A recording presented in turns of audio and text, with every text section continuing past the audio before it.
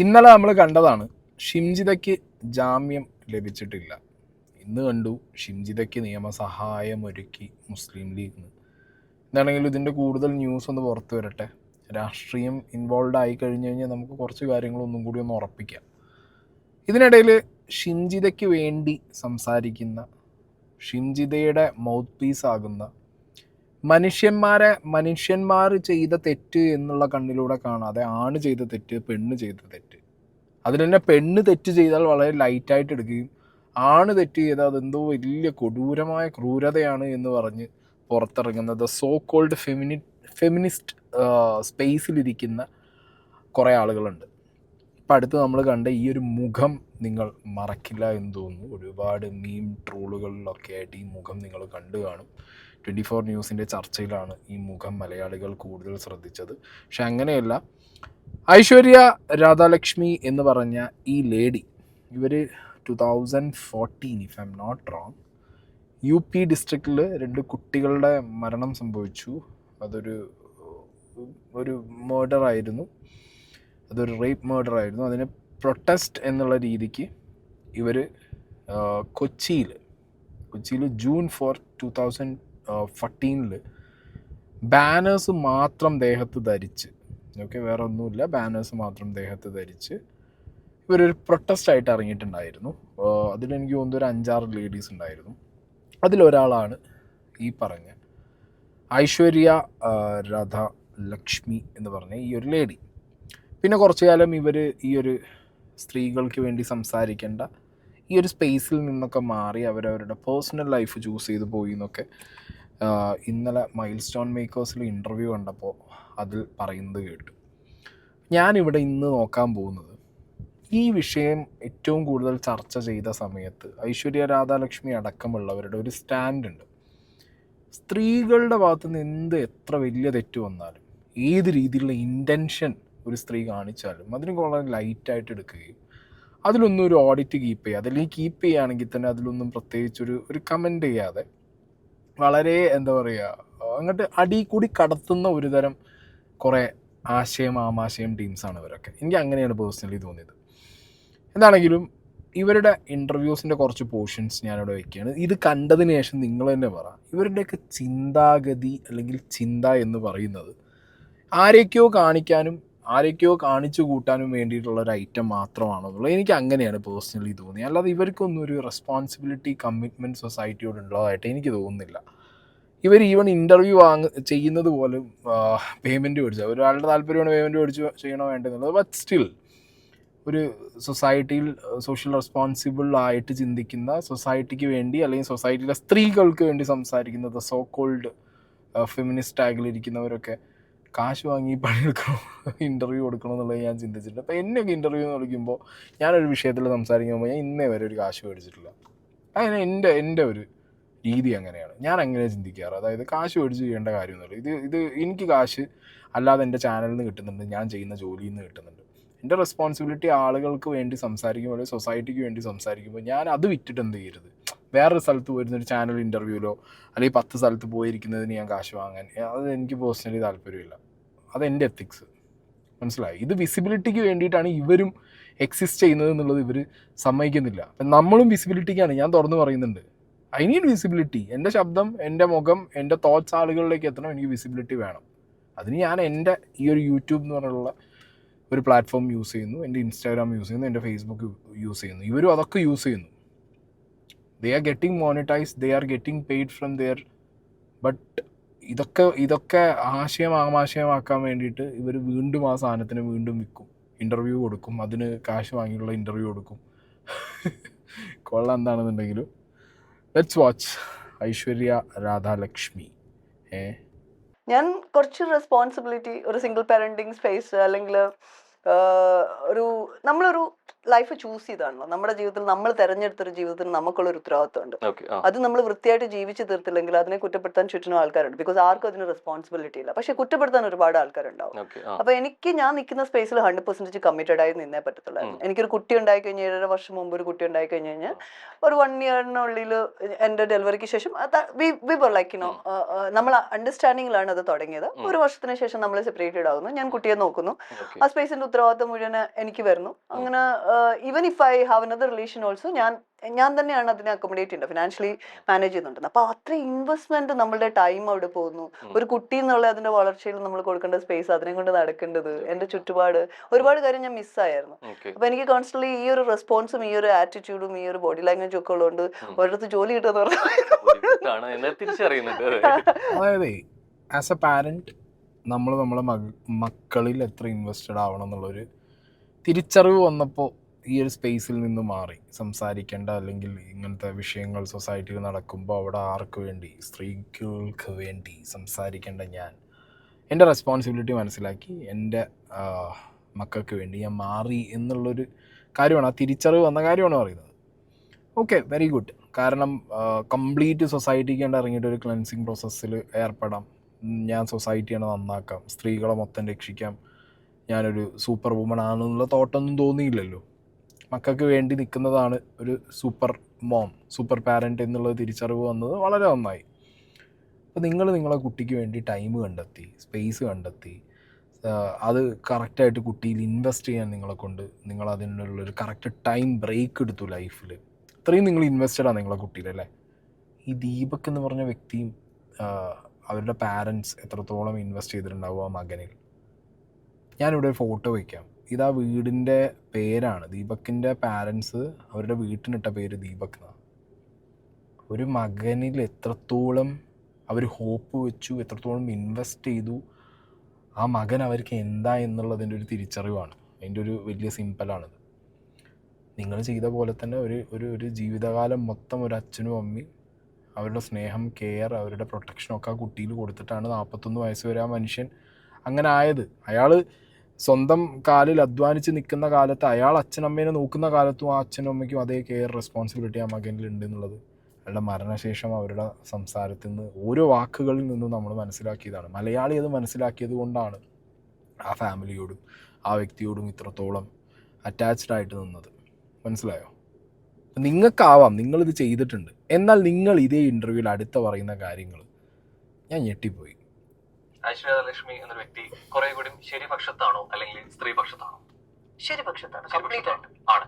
ഇതിലെ ശരിയില്ലായ്മ, അല്ലെങ്കിൽ ഇപ്പോ ശരിപക്ഷത്തായിരുന്നെങ്കിൽ ദീപകിനെതിരെ ഷിംജിത്ത് ജയിലായ ഒരു സാഹചര്യത്തിൽ പോലും ഈ ചർച്ചകൾ സജീവമാകുമ്പോൾ എന്തുകൊണ്ടാണ് ഷിംജിയുടെ പക്ഷം ചേർന്ന് സംസാരിക്കാൻ തയ്യാറാവുന്നത്? എന്തുകൊണ്ടാണ് ഷിംജിതയുടെ പക്ഷം ചേർന്നാണ് ഞാൻ സംസാരിക്കുന്നത്? ഞാൻ പറഞ്ഞിട്ടില്ല. എന്തുകൊണ്ടാണ് പിന്നെ ഒരു മരണം സംഭവിച്ചിട്ട് പോലും ഇല്ലെങ്കിൽ ഒരു വിഷയത്തെ ഭയങ്കരമായിട്ട് ന്യായീകരിക്കാൻ മരണം എന്ന് പറയുന്നത് ഈ ഭൂമിയിൽ ആദ്യമായിട്ട് നടക്കുന്നല്ലേ. എന്നെ സംബന്ധിച്ചിടത്തോളം ഇതിനു മുമ്പ് പുരുഷന്മാർ നടന്നിട്ടുണ്ട്, സോഷ്യൽ മീഡിയ കൊലപാതകങ്ങൾ നടന്നിട്ടുണ്ട്, ആത്മഹത്യകൾ നടന്നിട്ടുണ്ട്.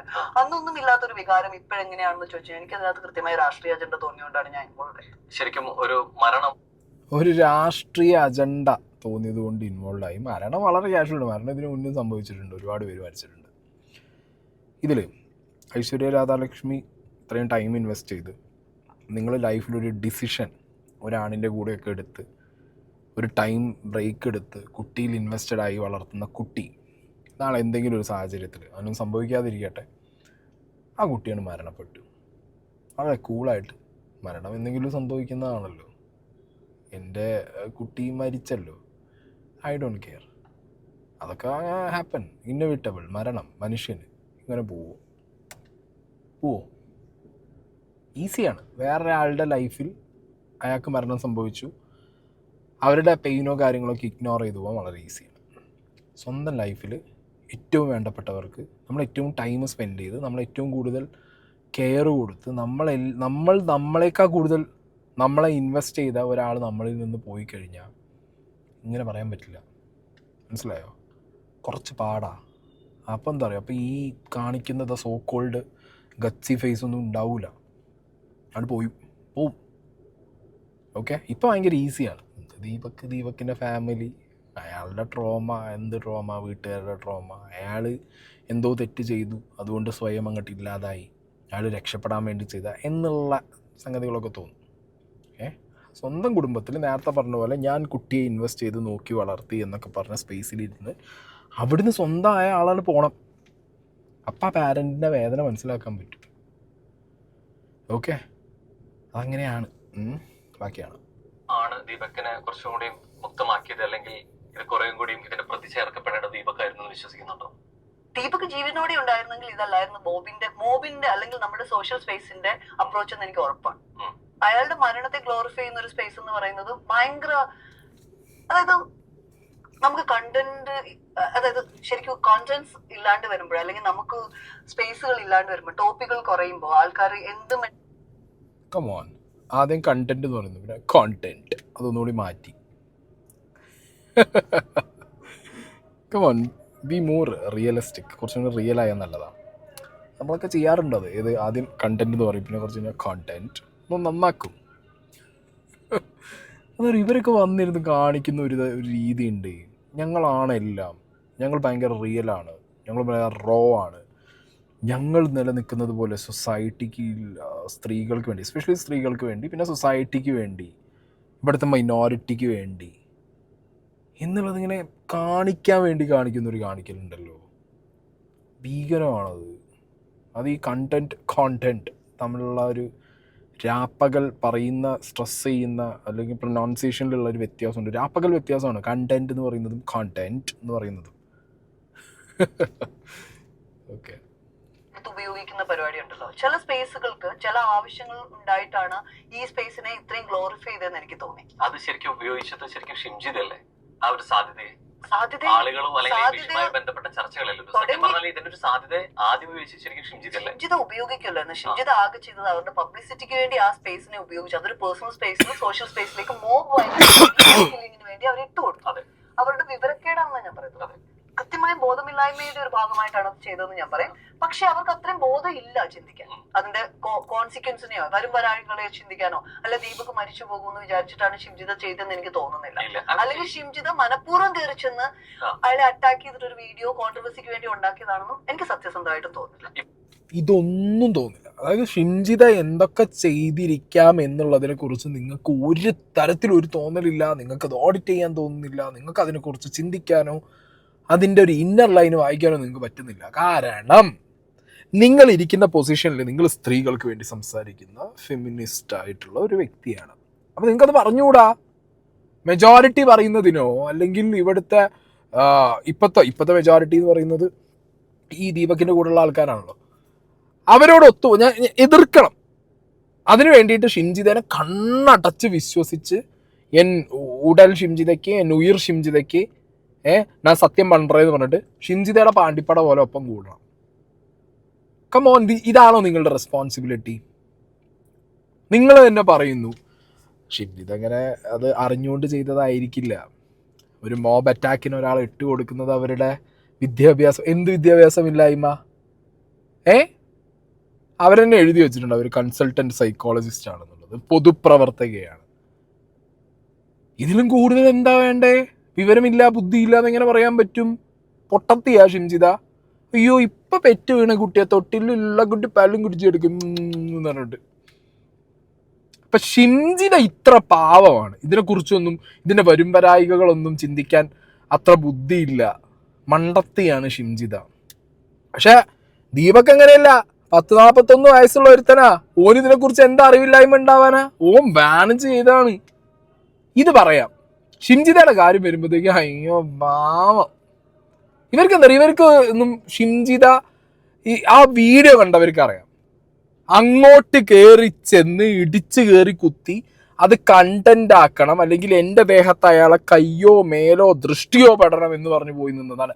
അതെന്തുകൊണ്ട് ഇവർ അഡ്രസ്സ് ചെയ്യുന്നില്ല? അപ്പം അത് പറയുമ്പോൾ പറയും അയാൾ അങ്ങനെ ചെയ്യുന്ന ഒരുത്തരാന്നുള്ളത് തോന്നിയത് കൊണ്ട് പോയി നിന്നതായിരിക്കില്ലേ എന്ന് ചോദിക്കും. ആ ബസ്സിൽ അന്ന് ദീപക്കല്ല വേറൊരാളുകളുടെ ഇരയായിരുന്നു. ഞാനൊരു ചോദ്യം ചോദിക്കട്ടെ. ദീപക്കിൻ്റെ കയ്യിൽ ബാഗ് ഉണ്ട് എന്ന് പറഞ്ഞിട്ട് നിങ്ങൾ ബാഗുള്ള ഇങ്ങനത്തെ ആളുകളൊക്കെ ബാഗും കൊണ്ട് കയറുന്നൊക്കെ പറയുന്ന കുറേ എണ്ണത്തിനെ ഞാൻ കണ്ടു. ഈ ഷിംജിതേൻ്റെ കയ്യിൽ ബാഗും ഇല്ല, ഒരു സാധനവും ഇല്ല. ഷിംജിത അപ്പം എങ്ങോട്ടാണ് ട്രാവൽ ചെയ്തത്? ഷിംജിതേൻ്റെ നാട്ടുകാർ തന്നെ പറയുന്നു ഇവള് ബസ്സിൽ കയറിയ കാലം ഞങ്ങൾ കണ്ടിട്ടില്ല. ഷിൻജിത് എന്താണെങ്കിലും കയ്യിലൊന്നും പിടിക്കാതെ ഒരു ബാഗ് പോലും ഇല്ലാതെ ഒന്നും ഇല്ലാതെ പ്ലെയിൻ ആയിട്ട് ഒരു ബസ് കയറി യാത്ര ചെയ്യണമെങ്കിൽ അത് എന്ത് ട്രാവലായിരുന്നു അവരത്?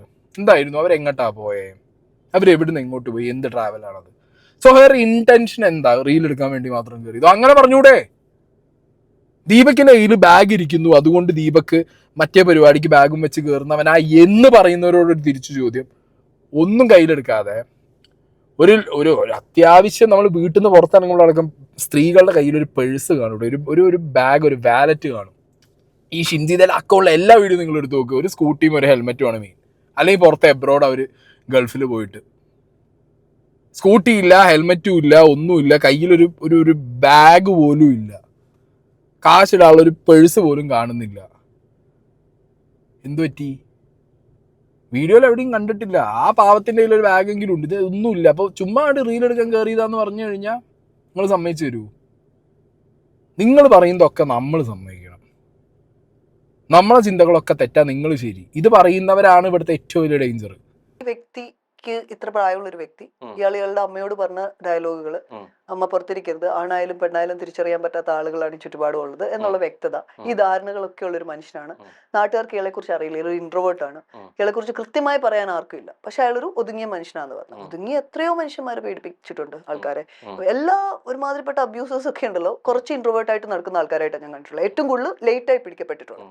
അപ്പൊ ഞാൻ ഇയാൾ അങ്ങനെ ഒരാളാണെന്നല്ല പറയുന്നത്. അതിന്റെ സാധ്യത എനിക്ക് തള്ളിക്കളയാൻ ഒരിക്കലും പറ്റില്ല. പിന്നെ ആ ജസ്റ്റേഴ്സ് ഭയങ്കര നോണാണ് മാഷെ. എന്ന് വെച്ചാൽ അത് നമ്മൾ റിപ്പീറ്റിംഗ്ലി കണ്ടിട്ടുള്ളൂ. ഒരു 25 പ്രാവശ്യങ്ങളും നമ്മൾ കണ്ടിട്ടുണ്ട്, നമ്മളുടെ അടുക്കലാണേലും പുറത്താണേലും ശരി. അപ്പൊ എനിക്ക് അതിനകത്ത് അയാൾ ചെയ്തിട്ടില്ല എന്ന് പറയാനുള്ള ഒരു സ്പേസ് എനിക്ക് കണ്ടു. അതായത് ഐശ്വര്യ രാധാലക്ഷ്മിക്ക് ഇങ്ങനത്തെ ഒരു 25 വട്ടെങ്കിലും ഇങ്ങനത്തെ ആളുകളെ കണ്ടും എക്സ്പീരിയൻസ് ചെയ്തുള്ള ഒരു എക്സ്പീരിയൻസിൽ നിന്ന് പറയുകയാണെന്നാണ് പറയുന്നത്.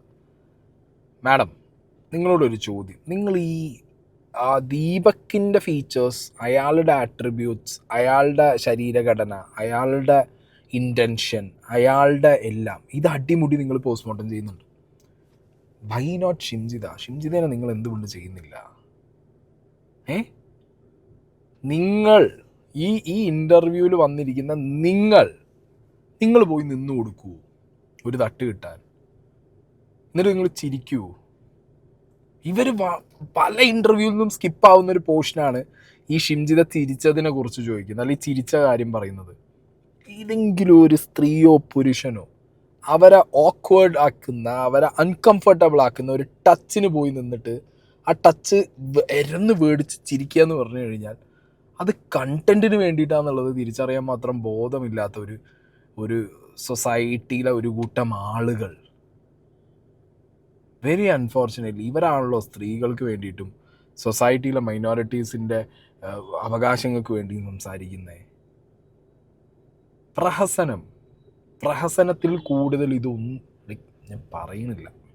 എന്റെ പഴയ സുഹൃത്തുക്കൾ, എന്നെ ജീവിതത്തിൽ വിളിക്കാത്ത ഒരുപാട് ആൾക്കാർ എന്നെ വിളിച്ചിട്ട് ഇന്നലെ സംസാരിച്ചിട്ട് പറഞ്ഞു, we felt the touch is bad, we really know, but we don't know how to say, we don't want to be exposed and we don't want. ദർ ബി ലൈക്ക് ഞാൻ ഒറ്റയ്ക്ക് ഒരു തീരുമാനം എടുത്താലിത്, ഞാൻ നാട്ടിലുള്ള കുട്ടികളോട്, എന്റെ ബ്രദറിനോട്, അപ്പുറം എല്ലാവരോടും ചോദിച്ചു, how you feel about it. അവർ എക്സ്പ്ലെയിൻ ചെയ്തു, ചേച്ചി ഇങ്ങനെയുള്ള ആൾക്കാർ ബാഗ് എടുക്കുന്നത് തന്നെ വെറുതെയാണ്. ആ ബാഗ് എടുത്ത് പിടിക്കുക എന്ന് പറയുന്നത് തന്നെ അവരുടെ കൈയുടെ നീ പൊങ്ങിയിരിക്കാൻ വേണ്ടിയിട്ടാണ്. ഫോൺ പോക്കറ്റിൽ വെച്ചിട്ട് സീറ്റിലിരിക്കുന്ന ആൾക്കാർ പോക്കറ്റിൽ കൈയിടും. എന്തിനാ? തൊട്ടപ്പുറത്തിരിക്കുന്ന സ്ത്രീയുടെ ഈസി ആയിട്ട് പോകും. നമുക്ക് ജസ്റ്റിഫിക്കേഷൻ ആണ്, അയാൾ ഫോൺ എടുക്കുമല്ലായിരുന്നോ, അയാൾ തട്ടിയില്ലല്ലോ എന്ന്. അപ്പൊ ചില ആൾക്കാർ ഇപ്പൊ പ്രൂഫ് ഉണ്ടാക്കാൻ ശ്രമിച്ചു. ബാഗ് ഇങ്ങനെ പിടിച്ചതിനെ കുറിച്ചാണ് ഞാൻ പറയുന്നത്. ലിഫ്റ്റ് ചെയ്യുമ്പോൾ നീ ബാക്ക് ചെയ്യുന്ന സാധനത്തെ കുറിച്ചാണ് ഞാൻ പറഞ്ഞത്. അയാളുടെ ഫ്രണ്ടിൽ ബാഗ് പിടിച്ചോണ്ട് നിൽക്കുന്നത് വേറൊരാളുടെ. എത്ര സമയം എന്നുള്ള രീതിയിലേക്ക് ഒരു ഭാരമുള്ള ഒരു ബാഗ് എത്ര നേരം പിടിച്ചു നിൽക്കാൻ പറ്റും? അത് ഭാരമുള്ള ബാഗ് അല്ലായിരുന്നു. ഒന്നാമത് തന്നെ അതിനകത്ത് ഒന്നും കാണാൻ പറ്റുന്നില്ലായിരുന്നു. അതിനകത്ത് ഞാൻ എന്താ ചെയ്യുന്നത് വെച്ചാൽ, ഭാരമുള്ള ബാഗ് KSRTC ബസ്സിൽ മേലെ ഒരു സാധനം ഉണ്ട്, അവിടെ വെക്കും, അല്ലെങ്കിൽ ആരെങ്കിലും ഏൽപ്പിക്കും. കാലാകാലങ്ങളായി സ്കൂളിൽ പഠിക്കുമ്പോൾ മുതൽ ഇന്ന് വരെ ഞങ്ങൾ എല്ലാവരും ഇന്ന് പോലും ഞാൻ ട്രെയിനിൽ കയറിയപ്പോഴും ചെയ്തത് അതാണ്. ഒന്നെങ്കിൽ മേലെ വെക്കും, അല്ലെങ്കിൽ ആരെങ്കിലും ഉണ്ടെങ്കിൽ സ്പേസ് വെക്കും. വെയിറ്റ് ഉള്ള ബാഗ് ആണ്. എല്ലാ സമയങ്ങളും ഉണ്ടാവാറുണ്ടാവില്ലേ? എങ്ങനെ നമുക്ക് സ്പേസ് ഇല്ല, അത് ഞാൻ വളരെ കെയർഫുൾ ആയിരിക്കും. വേറെ ആളുടെ ദേഹത്ത് എന്റെ ബാഗ് വെച്ചിട്ട് ഞാൻ തട്ടുന്നുണ്ടോന്ന്. ഇതൊക്കെ ഒരു ബാഗ് എടുക്കുന്നതോ പൊക്കുന്നതോ, ഇത് ബാക്ക് പാക്ക് ആണ്, ഇതൊരു ബാക്ക് പാക്ക് ആണ്, ഇത് ഹാൻഡ് ബാഗ് അല്ല. മനസ്സിലായോ? ഈ ബാക്ക് പാക്ക് ഇങ്ങനെ തന്നെ പിടിക്കണോ? ബാക്ക് ആപ്പ് 2 സാധനമുണ്ട്. ബാക്കിൽ ഇട്ട് കഴിഞ്ഞാൽ സ്ത്രീ തട്ടത്തോലും ഇല്ലല്ലോ. നമുക്ക് എത്ര പ്രാവശ്യം എന്നുള്ള രീതിയിലേക്ക് ബാക്കിൽ ഇടാൻ നിൽക്കുന്ന എത്ര ഈ പറഞ്ഞ കണ്ടക്ടേഴ്സ് എത്ര പ്രാവശ്യം പറഞ്ഞിട്ടുണ്ട് ബാഗ് എടുത്ത് നിൽക്കൽ ഒതുക്കി കയ്യിൽ പിടിക്കുക കയറി ആളുകൾ നിൽക്കാനുള്ള സ്പേസ് നഷ്ടപ്പെടുന്നു പറയുന്നത്. അതൊന്ന്. രണ്ടാമത്തെ കേസ് നമുക്ക് കുറെ നേരം ഇത് പിടിച്ചു നിൽക്കുന്നതും ഷോർട്ട് പെയിൻ ആയിട്ട് നമ്മൾ മാറ്റി വെക്കുന്ന എത്രയോ പേരുണ്ട്. മുട്ടാതൊക്കെ എക്സ്ക്യൂസ് പറയുന്നത് ഐശ്വര്യ രാധാലക്ഷ്മിയെ പോലുള്ള പറയുന്നില്ല, വേറെ വാക്കാ എൻ്റെ വായിൽ വരുന്നത്. ഇതിൽ റോഹൻ പോയിന്റ് ഔട്ട് ചെയ്തൊരു സംഗതിയുണ്ട്. നല്ല തിരക്കുള്ള ബസ്. നമ്മൾ ആ ബസ്സിൻ്റെ CCTV ഫുട്ടേജ് കണ്ടതാണ്. ഭയങ്കര അസാമാന്യ തിരക്കാണ്. അതിനകത്ത് ഒരു ബാക്ക് തൂക്കി ഒരാൾ നിന്ന് കഴിഞ്ഞാൽ അതിൻ്റെ കണ്ടക്ടർ പറയും, ബസ്സിൽ സ്ഥിരമായി യാത്ര ചെയ്യുന്നവർക്ക് ബാക്ക് പാക്ക് തൂക്കി നിൽക്കുന്നത് ഒരു ബുദ്ധിമുട്ട് അവർക്കുമാണ്, ബാക്കിയുള്ളവർക്ക് ഇത് ഉണ്ടാവും എന്നുള്ള തിരിച്ചറിവുള്ളതുകൊണ്ട് അവർ ദൂരി കൈ പിടിക്കും. കാരണം ബാക്ക് പാക്കിനകത്ത് ഇപ്പോൾ ഐശ്വര്യ രാധാലക്ഷ്മി ഏത് തരം സ്കാനറാണ് കണ്ണിനകത്ത് ഫിറ്റ് ചെയ്തതെന്ന് എനിക്കറിയില്ല. അതോ ഫോണിനകത്ത് ഇനി പുതിയ എന്തെങ്കിലും ആപ്പ് നമ്മളറിയാത്തത് ഇവർക്കൊക്കെ ഉണ്ടോയെന്ന് അറിയില്ല. ഇവരെന്താണെങ്കിലും ഷിംജിതയെ സ്കാൻ ചെയ്തില്ലെങ്കിലും ദീപകിൻ്റെ ബാഗ് വരെ സ്കാൻ ചെയ്തിട്ടുണ്ട്. അതൊരു ഹെവി ബാഗ് അല്ല എന്നാണ് പറയുന്നത്. ജോലിക്ക് പോകുന്ന ഗാർമെൻറ്റ്സ് എന്താ പറയുക കമ്പനിയിൽ വർക്ക് ചെയ്യുന്ന ഷർട്ടിൻ്റെ സാമ്പിൾസ് കൊണ്ട് നടക്കുന്ന ഒരു വ്യക്തി അയാളുടെ ബാഗിനകത്ത് വെയിറ്റുള്ള ഒന്നും വെക്കില്ല. ജസ്റ്റ് ആ ബാഗ് ഒരു മറയാക്കി വെച്ച് ഈ പരിപാടിക്ക് വേണ്ടി യൂസ് ചെയ്യുന്നു. അതിനകത്തൊന്നും ഇല്ല. ഇറ്റ്സ് എം ടി ബാഗ് എന്നുള്ളത്. നിങ്ങൾ ഏത് സ്കാനർ വെച്ച് നിങ്ങൾ സ്കാൻ ചെയ്തു, അതേ സ്കാനർ നിങ്ങൾ എന്തുകൊണ്ട് ഷിംജിതയിലേക്ക് കൊണ്ടുപോകുന്നില്ല? അവിടെ തന്നെ നിങ്ങളുടെ ആ ഒരു സ്റ്റാൻഡ് പൊളിയാണ്, കള്ളത്തരം പൊളിയാണ്. ഒന്ന്. പിന്നെ നിങ്ങളുടെ അഭിപ്രായമാണ് ശരിക്കും പറയുന്നത്. ഞാൻ പലപ്പോഴും ഇങ്ങനത്തെ വിഷയം വരുമ്പോൾ എൻ്റെ മാത്രം അഭിപ്രായത്തിൽ ഉറച്ചു നിന്ന് എനിക്ക് തോന്നിയ പേഴ്സ്പെക്റ്റീവ് എൻ്റെ POVയിൽ നിന്ന് സംസാരിച്ച് എനിക്ക് തോന്നിയ അസംഷൻസ് ആണ് വന്ന് പറയാറ്. ഞാൻ 10 ആളോട് ഇങ്ങനെ പേടിച്ച് ചോദിച്ച് പറയാം. ഞാൻ പറഞ്ഞതിന് ശേഷം നിങ്ങളുടെ അഭിപ്രായം പറയാൻ കമൻറ്റ് ബോക്സിൽ പറയാം. മനസ്സിലായോ? ഇത് എന്ത് തരം ഇതാണെന്ന് എനിക്കറിയില്ല. അവർ നാട്ടിലുള്ളവരുടെയൊക്കെ ഫോണിൽ വീഡിയോ കൊണ്ടുപോയി കാണിച്ചിട്ടുണ്ട്. നാട്ടിലുള്ളവരുടെ എല്ലാവരുടെയും ഒരു അഭിപ്രായം, അതായത് ഇവരുടെ അതേപോലത്തെ മൈൻഡ് സെറ്റുള്ള ഇവർ സംസാരിക്കുന്ന അതേ സ്പേസിലുള്ള ആളുകളുടെ ഇടയിലായിരിക്കുമല്ലോ ഇവർ സംസാരിച്ചിട്ടുണ്ടാവുക. അവരെല്ലാവരും പറയും എന്താ, ഫോണ് കയ്യിലിടുന്നത് ഒരു ട്രിക്കാണ് ഇങ്ങനെ തട്ടാൻ, ബാഗ് പൊക്കുന്നത് ഒരു ട്രിക്കാണ് ഇങ്ങനെ തട്ടാൻ. ആണിനെ തട്ടാൻ ഇഷ്ടം പോലെ പെണ്ണുങ്ങൾ ഇറങ്ങാറുണ്ടേ. മനസ്സിലായ? ആണ് പെണ്ണിനെ തട്ടാൻ മാത്രമല്ല, പെണ്ണ് ആണിനെ തട്ടാനും ആണിനെ തട്ടാനും ഇറങ്ങാറുണ്ട്. ഏതെങ്കിലും ഒരുത്തൻ എന്തെങ്കിലുമൊക്കെ ട്രിക്ക് എടുക്കണോ അല്ലെങ്കിൽ പരിപാടി എടുക്കണമെന്ന് വിചാരിച്ച് ബസ് കയറുന്ന എല്ലാവരും അങ്ങനെയാണെന്ന് പറയാൻ പറ്റുമോ? ഇതിപ്പോൾ ആണുങ്ങൾക്ക് നാളെ പോക്കറ്റിൽ ഫോണിട്ട് ബസ് കയറാൻ പറ്റൂലേ? ബസ് കയറുമ്പോൾ ഫോണില്ല, പോക്കറ്റിലിരിക്കണം. കൈ കുറേ റീൽ ഇറങ്ങിയതിന് ക്രിട്ടിസൈസ് ചെയ്തിരുന്നു ഒരുപാട് പേര്. ഇങ്ങനെയൊക്കെയുള്ള വർത്തമാനം കേട്ട് കഴിഞ്ഞാൽ ക്രിറ്റിസിസം വരാതിരിക്കൂടെ? ലൈക്ക് നിങ്ങളൊന്ന് ആലോചിച്ചു, ഇങ്ങനെയുള്ള വർത്തമാനം കേട്ട് കഴിഞ്ഞാൽ ആളുകൾ വീഡിയോ ഇട്ടിട്ട് അയ്യോ എന്ന് പറഞ്ഞിട്ട് അത് ആ സംഗതി അങ്ങോട്ട് ചെയ്തിടും. അത് പിന്നെ എന്തിനാ നിങ്ങളത് പിടിച്ച് ക്രിട്ടിസൈസ് ചെയ്യാൻ നിൽക്കുന്നത് ഞാൻ ആലോചിച്ചില്ല. എന്നോട് കുറേ പേര് പറഞ്ഞു സായിൽ നിന്ന് ഞങ്ങൾ എക്സ്പെക്ട് ചെയ്തതല്ല. സായി എപ്പോഴും ഇങ്ങനെ സ്ത്രീപക്ഷത്തൊക്കെ അത്യാവശ്യം സ്ത്രീകൾക്ക് വേണ്ടി സംസാരിക്കുന്ന ഒരാളല്ലേ, പക്ഷെ ഈ വിഷയം വന്നപ്പോൾ സായി എന്തുകൊണ്ട് അങ്ങനെ ചിന്തിച്ചില്ല, സംസാരിച്ചില്ല? ഈ വിഷയം ഈസ് എ ഡിഫറെൻറ്റ് തിങ്. നിങ്ങൾ എന്തിനാണ് എല്ലാ വിഷയവും കൊണ്ടുപോയിട്ട് സ്ത്രീകളെ കോർണർ ചെയ്യുന്നു, സ്ത്രീകളെ ചെയ്യുന്നു എന്ന് പറഞ്ഞാൽ ആ ഒരു സാധനത്തിൽ കൊണ്ടുപോയി കെട്ടുന്നേ? ഈ വിഷയം അങ്ങനെ കെട്ടേണ്ട കാര്യമല്ല. ഇത് കെട്ടേണ്ടത് സോഷ്യൽ മീഡിയ റീച്ചിന് വേണ്ടി, സോഷ്യൽ മീഡിയയിൽ ഒരു കോണ്ടന്റിന് വേണ്ടി ഒരു വ്യക്തിയെ ഇട്ടുകൊടുത്തു എന്നുള്ള രീതിക്ക് തന്നെ വേണം ഇത് ഡിസ്കസ് ചെയ്യാൻ. അല്ലാതെ ഇതിൽ നിന്ന് ചർച്ച മുറുകി രാഹുൽ ഈശ്വറും ടീമും കെടിഞ്ഞ് ശ്രമിക്കുന്നുണ്ട്, ഇല്ലാന്ന് ഞാൻ പറയുന്നില്ല. അവരിതൊന്നൊരു മെൻസ് കമ്മീഷൻ ഉണ്ടാക്കാനും ഇവിടെ വേറൊരു തരം വൈബ് ക്രിയേറ്റ് ചെയ്യാനൊക്കെ അവർ ശ്രമിക്കുന്നുണ്ട്. അതൊന്നും നടക്കാൻ പോകുന്നില്ല. മനസ്സിലായോ? മലയാളികൾക്ക് അത്യാവശ്യം രാഹുൽ ഈശ്വർ എന്താ അല്ലെങ്കിൽ ആ ഗ്യാങ് എന്താന്നുള്ളത് അറിയാം. അതുകൊണ്ട് അതൊന്നും മലയാളികൾ കേൾക്കാൻ പോകുന്നില്ല. ഒരു മോസ്റ്റ് മെജോറിറ്റിക്കും കേൾക്കാനും പോകുന്നില്ല, ഏൽക്കാനും പോകുന്നില്ല. പക്ഷെ നിങ്ങളെപ്പോലുള്ളവർ വന്നിരുന്ന് ബ്ലണ്ടേഴ്സ് വിളിച്ചു പറയുമ്പോൾ നിങ്ങളേക്കാ മെച്ചം അയാളാണേ അല്ലെങ്കിൽ ആ കൂട്ടമാണേ എന്ന് തോന്നിപ്പോയി കഴിഞ്ഞാൽ അത് നിങ്ങളുടെ മിസ്റ്റേക്കാണ്. മനസ്സിലായോ? കാരണം നിങ്ങൾ പറയുന്ന ബ്ലണ്ടേഴ്സ് അങ്ങനെയാണേ.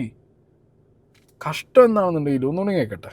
ശ്രീലക്ഷ്മി കാണുന്നുണ്ടെന്നുണ്ടെങ്കിൽ അത് ശ്രീലക്ഷ്മിയുടെ കാഴ്ചപ്പാട് തെറ്റോ ശരിയെന്ന് പറയാൻ ഞാൻ ആളല്ല. അവൾ കാണുന്നുണ്ടെങ്കിൽ അവളുടേതായ ഒരു അതുപോലെ തന്നെയല്ലേ രാഹുൽ ഈശ്വറും ആ ചർച്ചയിലുമായി ബന്ധപ്പെട്ട Rahul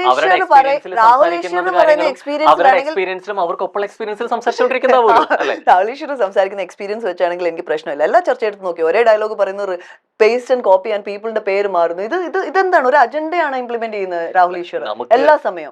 He has a propaganda കൃത്യമായി സംസാരിക്കും. ഇപ്പൊ പ്രത്യേകിച്ച് ഐശ്വര്യക്കും ശ്രീലക്ഷ്മിക്കും ഒക്കെ സംസാരിക്കാനുള്ളത് അവനവന്റെ ജീവിതത്തിൽ നിന്നുണ്ടായിരുന്ന എക്സ്പീരിയൻസുകൾ മാത്രമായിരിക്കില്ല അല്ലെ, ചുറ്റുമുള്ളവർ നേരത്തെ തന്നെ വാക്കുകൾ സംസാരിക്കുമ്പോണ്ടായിരുന്നു അറിയാവുന്ന വ്യക്തികൾ എന്റെ അടുത്ത് വന്ന് സംസാരിച്ചിട്ടുണ്ടെന്നുള്ളത്. അതേപോലെ തന്നെ രാഹുലിനോട് സംസാരിച്ച കാര്യങ്ങൾ രാഹുൽ നേരിട്ടും അല്ലാതെയും അറിയുന്ന കാര്യങ്ങൾ രാഹുൽ സംസാരിക്കാൻ തീർച്ചയായിട്ടും ഇല്ലേ, രാഹുലിന് സംസാരിക്കാം. പക്ഷെങ്കിൽ ഞാൻ സംസാരിക്കുന്നത് എന്റെ പുറത്തുള്ള ആളുകൾ പറഞ്ഞുകൊണ്ട് മാത്രമല്ല, എനിക്ക് എക്സ്പീരിയൻസിൽ നിന്ന് കിട്ടിയ സ്പേസുകളെ മറ്റുള്ളവർ പറയുന്ന സ്പേസ് വെച്ച് തുലനം ചെയ്ത് നോക്കിയിട്ടാണ് ഞാൻ ഒരു തീരുമാനത്തിലേക്ക് എത്തുന്നത്. അല്ലാതെ ബ്ലൈൻഡ് ആയിട്ട് മറ്റൊരാൾ വന്ന് ഇൻഫ്ലുവൻസ് ചെയ്യുമ്പോൾ തന്നെ ഞാൻ okay this is my cup of tea, I will take it and I will drink. അപ്പൊ നേരത്തെ പറഞ്ഞ സ്റ്റേറ്റ്മെന്റ് ഇത് നമ്മൾ രണ്ടും വ്യത്യാസപ്പെട്ടിരിക്കുന്നു. കാരണം നേരത്തെ പറഞ്ഞ ഓൾറെഡി ശ്രീലക്ഷ്മിക്ക് അത് അങ്ങനെ അനുഭവപ്പെട്ടതുകൊണ്ട് കൂടി പറഞ്ഞു എന്ന് പറയുന്നു. രാഹുലിന്റെ കാര്യത്തിൽ അങ്ങനെ വരുമ്പോൾ പറയുന്നു നമുക്കത് എന്താണെന്നുള്ളത് ബോധ്യപ്പെടാനോ ഉൾക്കൊള്ളാനോ പറ്റുന്നില്ലെങ്കിൽ തീർച്ചയായിട്ടും അല്ലെ എക്സ്പീരിയൻസ് രാഹുലിനുണ്ടെന്ന് എനിക്ക് തോന്നുന്നില്ല പേഴ്സണൽ ലൈഫിൽ. ഈ ഒരു ഏരിയയിൽ നമുക്ക് എങ്ങനെയാണ് ആളുകൾ വിലയിരുത്തുന്നത്? പുള്ളി അഡ്രസ് ചെയ്തേക്കുന്ന പുള്ളിയുടെ പേഴ്സണൽ എക്സ്പീരിയൻസ് അല്ല, പുള്ളി അഡ്രസ് ചെയ്തേക്കുന്ന മുഴുവൻ മറ്റേ പൊതുപ്രവർത്തനങ്ങൾ കൊണ്ടും അല്ലെങ്കിൽ പ്രത്യേകിച്ച് ശ്രീലക്ഷ്മിയായിട്ട് ഈ ബന്ധപ്പെട്ട കാര്യങ്ങൾ വരുമ്പോൾ എനിക്കൊന്ന് കളങ്കാവൽ സിനിമയെ ബന്ധപ്പെട്ടൊരു വിഷയം പറഞ്ഞപ്പോഴാണ് അച്ഛനെ കുറിച്ച് പരാമർശിച്ചിട്ട് പറഞ്ഞിട്ടുണ്ടായിരുന്നത് ശ്രീലക്ഷ്മി. അപ്പൊ ആളായിരുന്നു എന്നുള്ളത് ചേർത്ത് വെച്ച് സംസാരിക്കുന്നുണ്ടാവായിരിക്കാം. ഞാൻ ചോദിക്കുന്നത് ഒരാൾ സംസാരിക്കുമ്പോൾ അല്ലെങ്കിൽ ഒരാളുടെ കാഴ്ചയിലെ ആൾക്ക് ഞാൻ അനുഭവിച്ചോളം വേദന ആൾ അനുഭവിച്ചിട്ടില്ല ലൈഫിൽ എന്നുള്ളത് നമുക്ക് എങ്ങനെയാണ് മുൻവിധിയോടുകൂടി കാണാൻ പറ്റുക? എക്സ്പീരിയൻസ് പറയുന്ന വിഷയത്തെ കുറിച്ചാണ്, വേദനയും ഇമോഷനെ കുറിച്ചല്ല ഞാൻ സംസാരിക്കുന്നത്. ഒരു കാര്യത്തെ കുറിച്ചുള്ള ധാരണ, ഒരു കാര്യം സമൂഹത്തിൽ നടക്കാനുള്ളതിന്റെ പോസിബിലിറ്റികളെ കുറിച്ച് പൂർണ്ണമായും വിശകലനം ചെയ്യാനായിട്ട് വളരെ പ്രിവിലേജ്ഡ് ആയിട്ടുള്ള ഒരു സ്പേസിൽ നിൽക്കുന്ന രാഹുൽ ഈശ്വറിന് സാധാരണ ജനങ്ങളിൽ എത്ര കണ്ട് ഇൻഫ്ലുവൻസ് ഉണ്ടാക്കുന്നു അല്ലെങ്കിൽ ഇറങ്ങി നടന്ന് അവരുമായിട്ട് ഇടപെടുന്നു എന്നുള്ളതിനെ കുറിച്ച് ഇതെന്താ പറയുക, ഇവര് പറയുന്നത് മാത്രമാണ് ശരി, ഇവരെ സ്പേസിൽ ഇരുന്ന് സംസാരിക്കുന്നവർ മാത്രമാണ് ശരി എന്നുള്ള ഒരു മുൻധാരണ വെച്ച് ഇറങ്ങാണ് ഇവർ. രാഹുൽ ഈശ്വർ പറയുന്നത് ഇവർക്ക് എന്ത് ചെയ്യാം, ഒബ്ജക്റ്റ് ചെയ്യാം. ഇവർ പറയുന്നത് രാഹുൽ ഈശ്വർ ഒബ്ജക്റ്റ് ചെയ്ത് കഴിഞ്ഞാൽ അത് പ്രശ്നമാണ്. രാഹുൽ ഈശ്വർ എന്നല്ല, ശ്രീലക്ഷ്മി അറക്കലാണെങ്കിലും ഇവരാണെങ്കിലും സൊസൈറ്റിയിൽ കുറേ ഇതേപോലത്തെ ചിന്താഗതിയുള്ള അല്ലെങ്കിൽ സ്ത്രീകൾക്ക് എന്ന് പറഞ്ഞ് ഇറങ്ങുന്നവരുടെ വിഷയം എന്താ വെച്ചെങ്കിൽ അവർ ക്രിറ്റിസിസം എടുക്കില്ല. വേറൊരാൾ വന്നിട്ട് അവരെ ഐ ഒബ്ജക്റ്റ് എന്ന് പറഞ്ഞു കഴിഞ്ഞാൽ അത് അവരെടുക്കില്ല. അപ്പം അവർ വിളിക്കുക എന്താ പറയുക, ഞങ്ങൾ എക്സ്പീരിയൻസ് വെച്ചിട്ടല്ലേ ഞങ്ങൾ സംസാരിക്കുന്നത്. ബ്ലഡി അപ്പം നമുക്ക് എക്സ്പീരിയൻസ് ഇല്ലേ? നിങ്ങൾ മാത്രം സൊസൈറ്റിയിൽ ഇറങ്ങി നടന്ന എക്സ്പീരിയൻസുകൾ മാത്രം ശേഖരിക്കുന്ന ആളുകളോ? നമ്മൾ സ്പൂണ് വായിലിട്ടിട്ട് രാവിലെ മുതൽ വൈകുന്നേരം വരെ മെർസിഡീസ് ബെൻസ് അല്ലെങ്കിൽ റോൾസ് റോയ്സിൽ നടന്നിരുന്ന ആളുകളല്ല. ലൈഫ് ഒന്ന് സെറ്റിൽ ആയപ്പോഴാണ് ഇപ്പോൾ സ്വർണ്ണ സ്പൂണ് പോലത്തെ ഒരു സ്പൂണും പോലത്തേന്ന് ഞാൻ പറയുന്നുള്ളൂ കാറൊക്കെ വന്നത്. അതിനു മുമ്പ് ഇതേ നാട്ടിൽ നല്ല രീതിയിൽ കൊണ്ടും കൊടുത്തും നടന്ന ആൾക്കാരൊക്കെ തന്നെയാണ് ഈ നാട്ടിലെ ആണുങ്ങളും. നമ്മളുള്ള എക്സ്പീരിയൻസ് ഒക്കെ ആണുങ്ങൾ പണ്ട് മുതലേ ആണുങ്ങളൊന്നും എക്സ്പീരിയൻസ് ചെയ്യുന്നത് പറയരുത്, അല്ലെങ്കിൽ പറഞ്ഞു കഴിഞ്ഞാൽ നീ എന്തെന്നടേ എന്നുള്ള ചോദ്യം വരുന്നതുകൊണ്ട് പല ആണുങ്ങളൊന്നും മിണ്ടാതെ ആയിപ്പോയി. ആണുങ്ങൾ മൊത്തത്തിലൊന്നും മിണ്ടാതായിപ്പോയി. ആണുങ്ങൾ പെണ്ണുങ്ങൾക്ക് വേണ്ടി ശബ്ദിച്ചു തുടങ്ങി. ഒരാണിനൊരു വിഷയം വന്നപ്പോൾ ആദ്യമായിട്ട് കുറച്ച് ആണുങ്ങൾ സംസാരിക്കാൻ തുടങ്ങിയപ്പോൾ എല്ലാവരെയും കൊണ്ടുപോയി രാഹുൽ ഈശ്വറിൻ്റെ തൊഴുത്ത് കെട്ടി. രാഹുൽ ഈശ്വറിനെ എന്ത് ചെയ്ത് അങ്ങോട്ട് സൈഡാക്കി വർത്താനം പറയുന്നിട്ട് നിങ്ങൾക്ക് പറയാൻ പറ്റുമോ രാഹുൽ ഈശ്വർ ഇത്രയും ആണുങ്ങൾക്ക് വേണ്ടി സംസാരിക്കാൻ? അയാളുടെ പേഴ്സണൽ ലൈഫിൽ അയാൾ ഒരാണെന്നുള്ള നിലയ്ക്ക് അയാൾക്ക് പല സാഹചര്യങ്ങളും എന്താ പറയുക ഫേസ് ചെയ്യേണ്ടി വന്നില്ല എന്നുള്ളത്. I can tell you, Rahul ഈശ്വറിന് ഒരുപാട് വിഷയങ്ങൾ സംഭവിച്ചിട്ടുണ്ട്. അത് രാഹുൽ ഈശ്വർ എവിടെയും വന്ന് പറഞ്ഞ് അല്ലെങ്കിൽ നിങ്ങൾ വന്നിരിക്കുന്ന പോലെ എനിക്ക് എക്സ്പീരിയൻസ് ഉള്ളതുകൊണ്ട് അങ്ങനെയാവില്ല. പിന്നെ രാഹുൽ ഈശ്വറിന് നിങ്ങളുടെ അടുത്ത് വേറെ ആളുകൾ പറഞ്ഞു തരുന്ന പോലെ രാഹുൽ ഈശ്വറിൻ്റെ അടുത്ത് വേറെ ആരെങ്കിലും പോയി പറഞ്ഞു കൊടുത്തിട്ടുണ്ടാവും. എന്നെ ഒരു ഫേക്ക് കേസപ്പെടുത്തി, എന്നെ ഒരു സ്ത്രീ ഇങ്ങനെ കാണിച്ചു, എന്നെ ചതിച്ചു, വഞ്ചിച്ചു. നിങ്ങളെടുത്ത് വെച്ച് ഓഡിറ്റ് ചെയ്ത് നിങ്ങളുടെ എക്സ്പീരിയൻസും കൂടി കൂത്തിക്കയറ്റി പറയുന്ന പോലെ അയാളും പറയുന്നുണ്ടാവും. ഇവിടുത്തെ ഏറ്റവും വലിയ വിഷയം ഇവിടെയാണ് കിടക്കുന്നത്. ഓപ്പോസിറ്റ് സൈഡിൽ നിൽക്കുന്ന അല്ലെങ്കിൽ നിങ്ങളുടെ ആശയങ്ങളുമായിട്ട് ഒരു ബന്ധവും ഇല്ലാത്തവരൊന്നും നിങ്ങൾ എന്ത് ചെയ്യില്ല, കൺസിഡർ പോലും ചെയ്യില്ല. നിങ്ങൾ ഇഗ്നോർ മോഡാണ് അവിടെയൊക്കെ. അത് വലിയൊരു ഫോൾട്ടാണ് മാഡം. ഇനി ഇവർ ഈ ഒരു ഇൻ്റർവ്യൂ ഇങ്ങനെ പോയി, ഇതിനകത്ത് തന്നെ കുറേ ബ്ലണ്ടേഴ്സ് ആണെന്നുള്ളത് കാണുന്ന കുറേ പേർക്കൊക്കെ മനസ്സിലായി. കുറച്ച് എയറിൽ പോയി. പുതിയൊരു ഇൻ്റർവ്യൂ വരുത്ത് വന്നിട്ടുണ്ട്, വേടനൊപ്പം. മനസ്സിലായോ? വേടനൊപ്പം, അതാണ് വേടനൊപ്പം. ഈ ശ്രീലക്ഷ്മി അറക്കലും വേടനൊപ്പമാണ്, നിങ്ങളും വേടനൊപ്പമാണെന്ന് പറയുന്നു. Let's watch. എന്തുകൊണ്ട് നിങ്ങൾ വേടനൊപ്പം നിൽക്കുന്നു? വേടൻ എന്ത് സ്പെഷ്യാലിറ്റി? വേടൻ്റെ ഇഷ്യൂ എനിക്ക് അഡ്രസ് ചെയ്യുന്നത് പണ്ടേ ഉണ്ടായിരുന്നു. എനിക്ക് പേഴ്സണലി അറിയാവുന്ന കുറേ സ്പേസുകളൊക്കെയാണ് ഇതൊക്കെ. വേടൻ്റെ കേസിൽ ഞാൻ വേടൻ്റെ കൂടെ നിന്ന ഒരാളാണ്. ആക്ച്വലി ഞാൻ വേടന് വേണ്ടി വാദിച്ചു. അതിനനുസരിച്ച് ആ സ്ത്രീനെ ഞാൻ തെളി പറഞ്ഞല്ല. ശരാശരി പുരുഷൻ ഈ കേരളത്തിലുള്ള ഒരു ശരാശരി, ഇന്ത്യയിലുള്ള ഒരു ശരാശരി പുരുഷൻ്റെ അടുക്കൽ ഒരു സ്ത്രീ വളരെ പേഴ്സണൽ സ്പേസിൽ പറയുന്നു എനിക്ക് വേദന എടുക്കുന്നു എന്ന് പറയുമ്പം അവൻ ആദ്യം തോന്നുന്ന വികാരം എന്ന് പറഞ്ഞു കഴിഞ്ഞാൽ ഓഫ് എൻ്റെ പൗരുഷം കാരണം അവൾക്ക് വേദന എടുക്കും.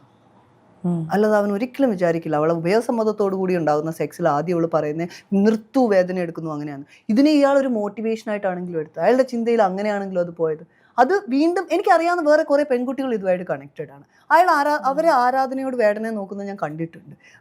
ലൈക്ക് അവർ വളരെ അങ്ങോട്ട് പോയി, അതായത് ഇയാളൊരു റോ മനുഷ്യനാണ്, ഇയാൾ പറയുന്ന രാഷ്ട്രീയം ഇയാളുടെ ഭയങ്കര അത് ഭയങ്കര വാലിഡ് ആയിരുന്നു ആ സമയത്ത്.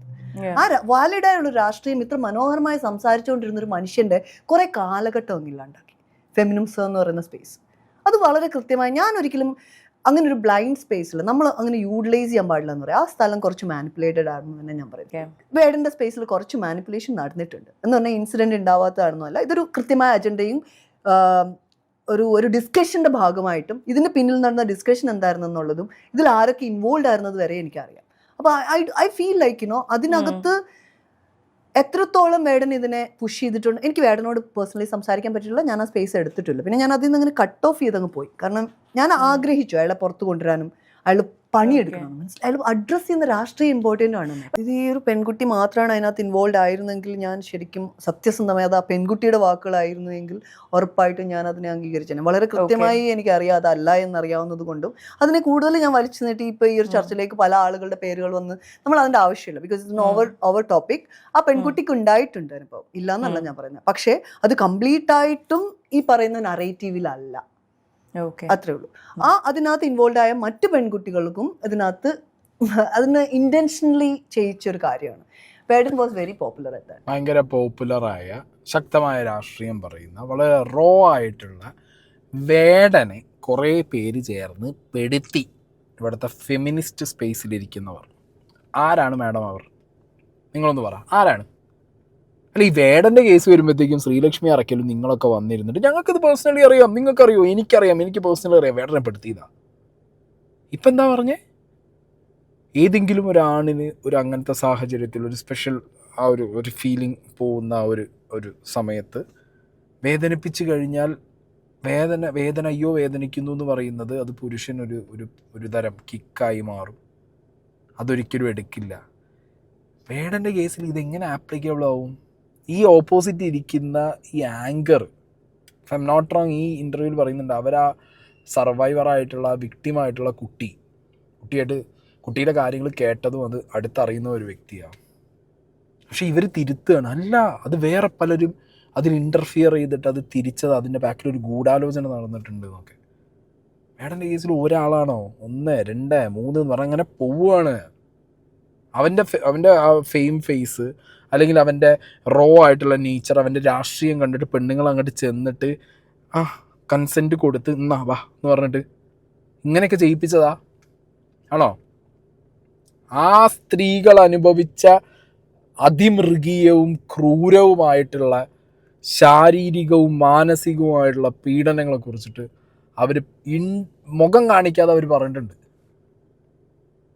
മാധ്യമ syndicate, if I am not wrong, ആ ഒരു യൂട്യൂബ് ചാനലിനകത്ത് കിടക്കുന്നുണ്ട്. അവിടെ തുറന്നു കുറച്ചിട്ട് ഐശ്വര്യ രാധാലക്ഷ്മി ടൈം കിട്ടുമ്പോൾ ഒന്ന് പോയി കേക്ക്. മനസ്സിലായോ? ഫ്രണ്ടാണ്, അറിയുന്ന ആളാണെന്ന് വിചാരിച്ചിട്ട് ഇവരൊക്കെ അങ്ങനെയാണ്. മനസ്സിലായില്ലേ? അത്രയേ ഉള്ളൂ. ഇവരൊക്കെ പറയുമ്പോൾ അങ്ങനെ പറയും മനുഷ്യൻ മരിച്ചാലെന്താ, അതങ്ങനെയായാലും എന്താ, ഒരാളങ്ങനെ ചെയ്യൂ, ഇങ്ങനെയൊക്കെ പറയുന്നവർക്ക് അടുത്ത് നിൽക്കുന്ന ആളുകൾ. ഇപ്പോൾ രാഹുൽ ഈശ്വറിനെ തന്നെ ഇവർ കടന്നാക്രമിച്ചതായിട്ട് നിങ്ങളെവിടെയെങ്കിലും കണ്ടോ? 24 ന്യൂസിൽ ഇവർ ഈ പറഞ്ഞ രാഹുൽ ഈശ്വറിനെ അങ്ങോട്ട് കടന്നാക്രമിച്ചോ? ശ്രീലക്ഷ്മി അറക്കിൽ ചെയ്ത പോലെ. ഈ ഇൻ്റർവ്യൂസിനകത്തും അവർ ഒരു ലൈന് വെച്ചിട്ടാണ് രാഹുൽ ഈശ്വറിനോട് സംസാരിക്കുന്നത്. എന്തുകൊണ്ട്? She know him from A long time. ഇതുപോലുള്ള സ്പേസുകളിൽ ഇവർ സംസാരിച്ചിട്ട് ഇരുന്നിട്ടുണ്ട്.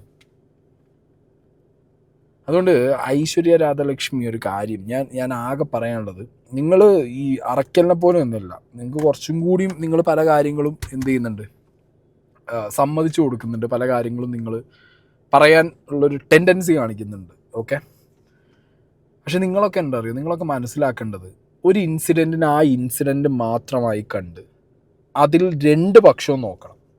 ആണിൻ്റെ പക്ഷവും പെണ്ണിൻ്റെ പക്ഷവും. അല്ലെങ്കിൽ ആ 2 മനുഷ്യരുടെ പക്ഷം നോക്കാൻ നിങ്ങളെ കൊണ്ട് പറ്റണം.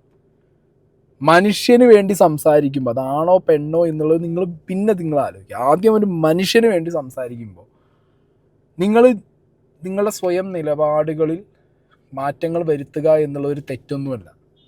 ഇപ്പം ഈ ഷിംജിത ദീപക് വിഷയത്തിൽ ദീപക്കിൻ്റെ കാര്യങ്ങൾ സംസാരിക്കുക, അല്ലെങ്കിൽ അത് ഓഡിറ്റ് ചെയ്യുക, അതിലെ തെറ്റുകൾ കണ്ടുപിടിക്കുക, ഇത് ഭയങ്കര നിങ്ങളെ സക്സസ്ഫുൾ മറ്റേ സൂപ്പർ പവർ ഫെമിനിൻ ലേഡി ആക്കൊന്നുമില്ല. ഷിംജിതേൻ്റെയും നിങ്ങൾക്ക് പറയാം, സംശയം നിങ്ങൾക്ക് ഉന്നയിക്കാം, ഷിംജിതയുടെ ഇൻറ്റൻഷനെ കുറിച്ച് നിങ്ങൾക്ക് പറയാം. ഒക്കെ പറയുന്നത് കൊണ്ട് നിങ്ങളുടെ ആ ഒരു ടാഗ് താഴെ വീഴുന്നില്ല. 2 മനുഷ്യർ ചെയ്ത പ്രവൃത്തി, അല്ലെങ്കിൽ ആ രണ്ട് സിറ്റുവേഷൻസ്, 2 പേരുടെ മൈൻഡ് സെറ്റ്, 2 സ്പെസിമനായി അവരെടുത്ത് വെച്ച് ആ സിറ്റുവേഷൻ കൂടി വെച്ച് നിങ്ങളൊന്ന് വായിക്കുക, അങ്ങനെ ശ്രമിക്കുക. നിങ്ങൾക്ക് അതിന് പൊട്ടൻഷ്യൽ ഉണ്ട്, നിങ്ങളെ കൊണ്ട് പറ്റും. ബാക്കിയുള്ളവരെ പോലെ അല്ല, നിങ്ങൾക്ക് കുറച്ചും കൂടി ഒരു ക്വാളിറ്റി കാണുന്നുണ്ട്. വെരി അൺഫോർച്ചുനേറ്റ്ലി ഇത് ബാക്കി കുറച്ച് ഇവിടുത്തെ ഫെമിനിസ്റ്റ് ഫേസിലുള്ളവർ കാണിക്കുന്ന പോലത്തെ ഒരു ഷോ ഓഫിലേക്ക് നിങ്ങളിത് കൊണ്ടുപോകാതിരിക്കും. ഇൻ്റർവ്യൂസൊക്കെ കൊടുത്തോ, ഫൈൻ, അതിന് പേയ്മെൻറ്റ് വാങ്ങിയില്ല, that's up to you, that's your thing. പക്ഷേ ഞാൻ ഇങ്ങനെ ചെയ്യുന്നത് കൊണ്ട് ഞാൻ മറ്റേ സ്പേസിൽ, അതായത് ഞാൻ എന്താണോ പോർട്രേറ്റ് ചെയ്യുന്ന, ഞാൻ പ്രൊജക്റ്റ് ചെയ്യുന്ന ആ ഒരു സ്പേസ് തന്നെ ഞാൻ വെക്കുള്ളൂ, അതിനപ്പുറത്തേക്ക് ഞാനൊന്നും പറയാൻ പോകുന്നില്ല എന്നുള്ള അഡമൻ സ്റ്റാൻഡ് പിടിക്കില്ല ഈ വിഷയത്തിൽ. അറ്റ്ലീസ്റ്റ് വേടൻ്റെ വിഷയമൊക്കെ ഞാൻ പറഞ്ഞല്ലോ, വീണ്ടും അതൊക്കെ നാട്ടുകാർ കണ്ടതും കേട്ടതുമാണ്. വേടൻ തന്നെ പറഞ്ഞ് തിരുത്തി മാറിക്കൊണ്ടിരിക്കുമ്പോൾ പിന്നെയും പോയിട്ട് വേടനെ വളം വെച്ച് കൊടുക്കരുത്. മനസ്സിലായോ മോനെ, നീ ഒരു തെറ്റും ചെയ്തിട്ടില്ല, നീ അല്ല കിട്ടൻ അഡണ്ട് കിട്ടൻ, നീ ഒരു കുട്ടുമെന്ന് പറഞ്ഞിട്ട് ഇങ്ങനെ തട്ടരുത്. ഓക്കെ, ഇങ്ങനെ കുറേ ആൾക്കാരുണ്ടേ, ഇവരെ കാണുമ്പോൾ സത്യം പറഞ്ഞു കഴിഞ്ഞാൽ എന്ത് കഷ്ടമാടേന്ന് തോന്നുന്നത്. അപ്പോഴാണ് പിന്നെ ആണുങ്ങൾക്ക് വേണ്ടി സംസാരിക്കണം എന്നുള്ളൊരു തോന്നൽ മനസ്സിനകത്ത് വരുന്നത്.